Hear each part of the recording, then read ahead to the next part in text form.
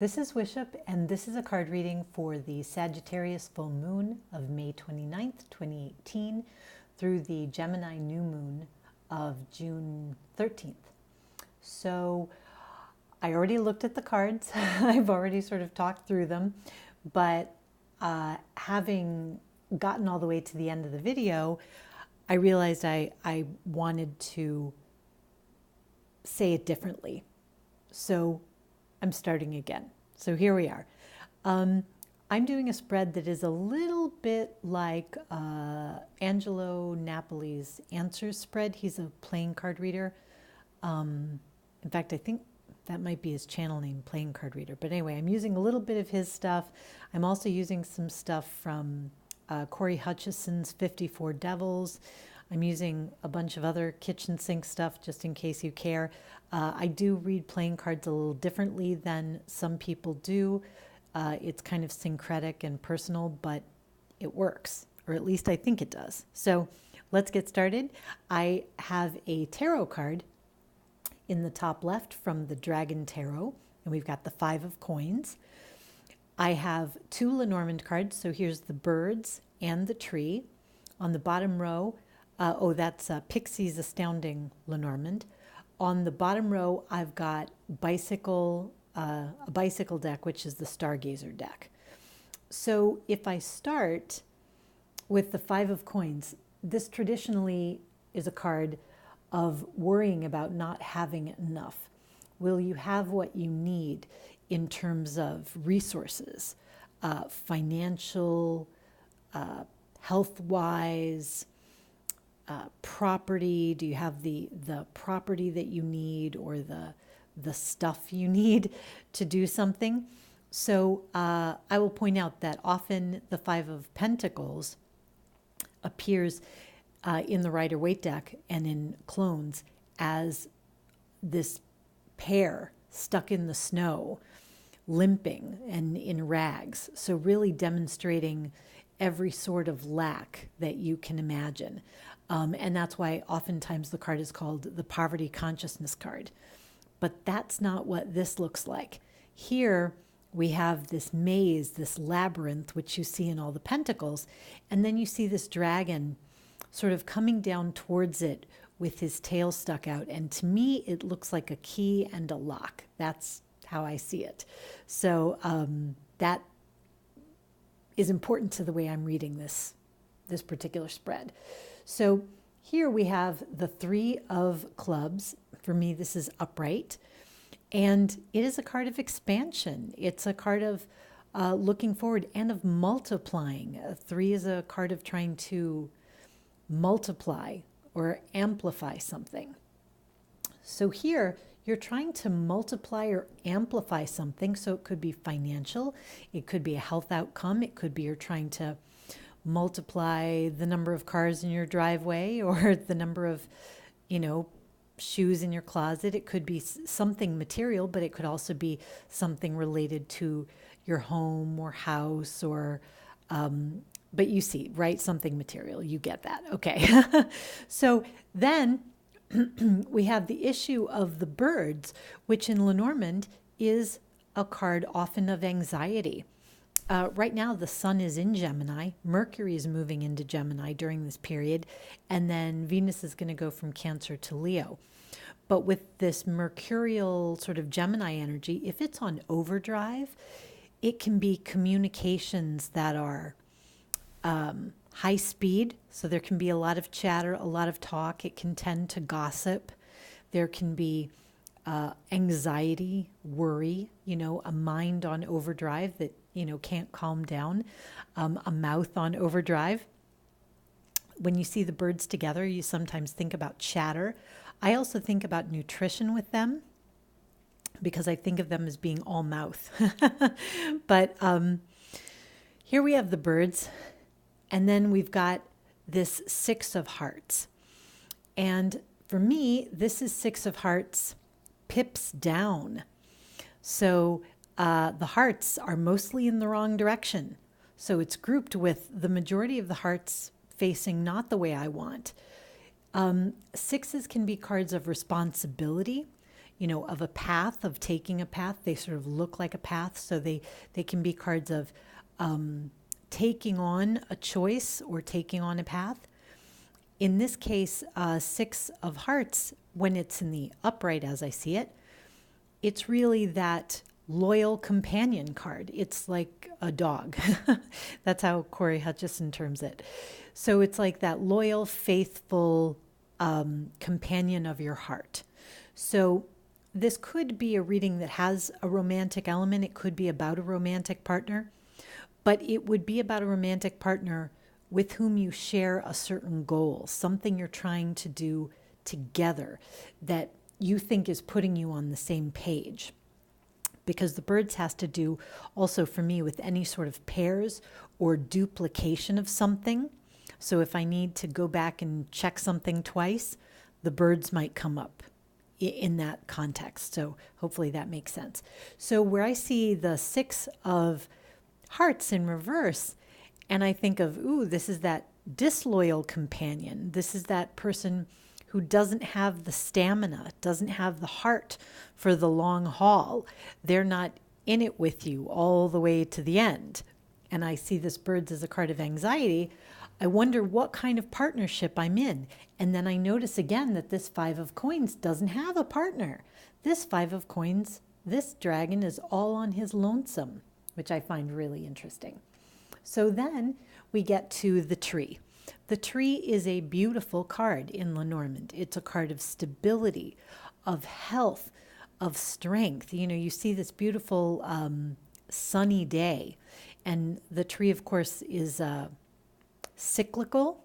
So it grows over time, but then it provides bounty in every season. You can think of it that way.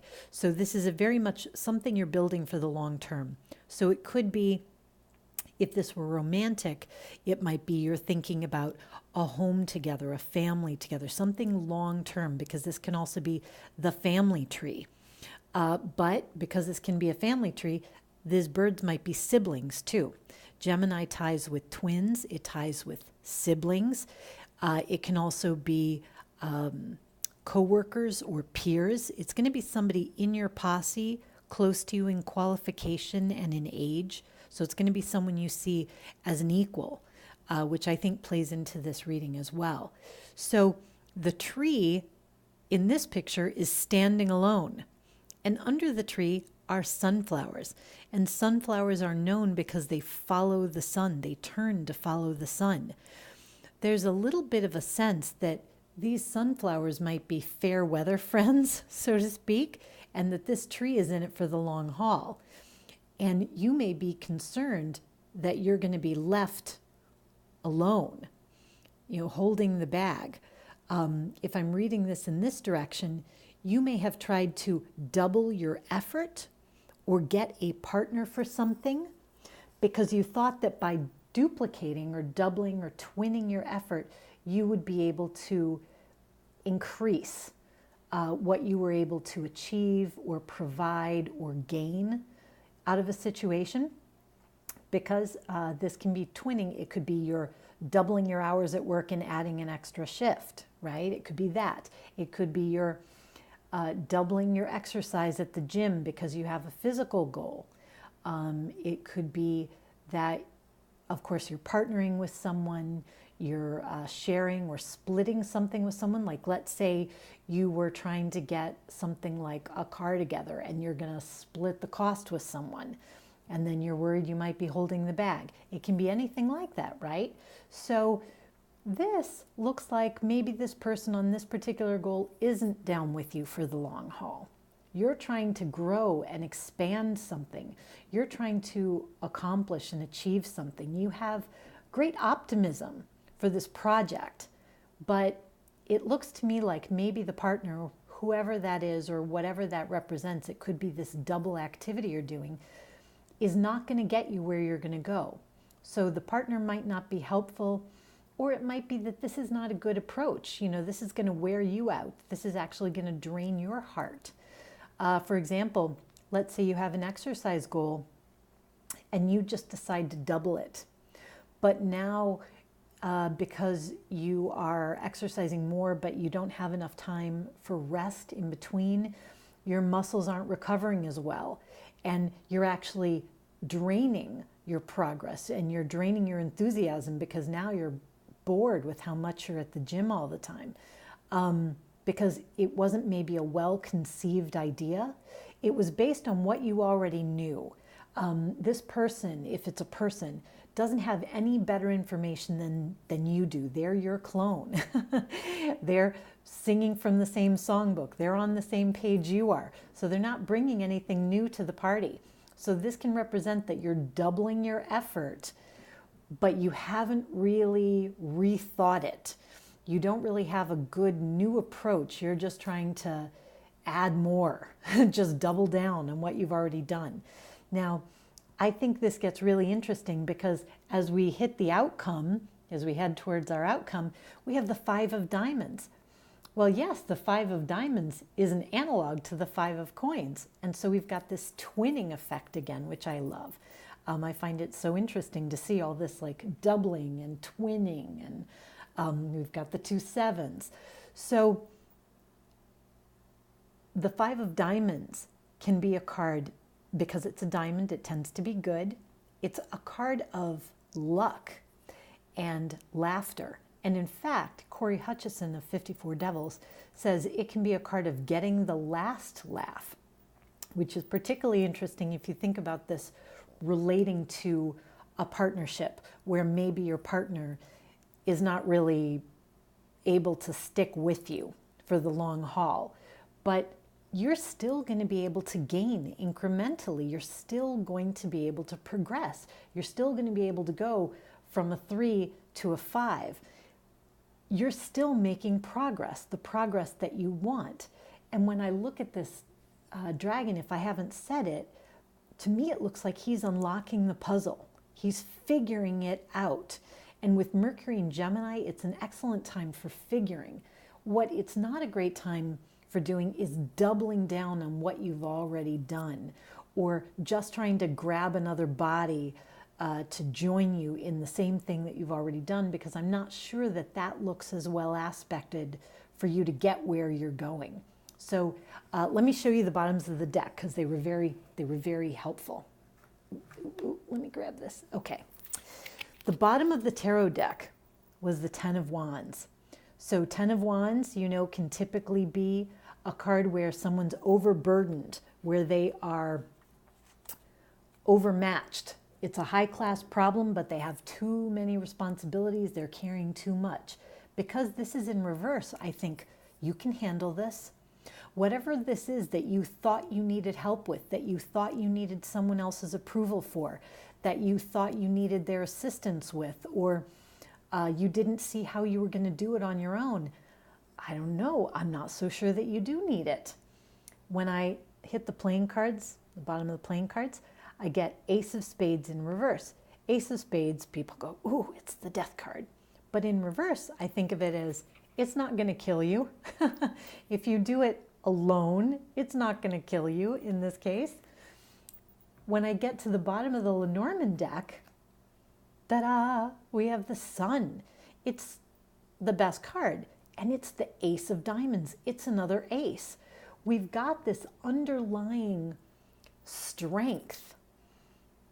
If you handle it on your own, like the tree, if you unlock the puzzle yourself, you're going to make progress. You're going to have the last laugh in whatever this is, but you're going to have to let go of your worry that you can't do it, that you're not sufficient.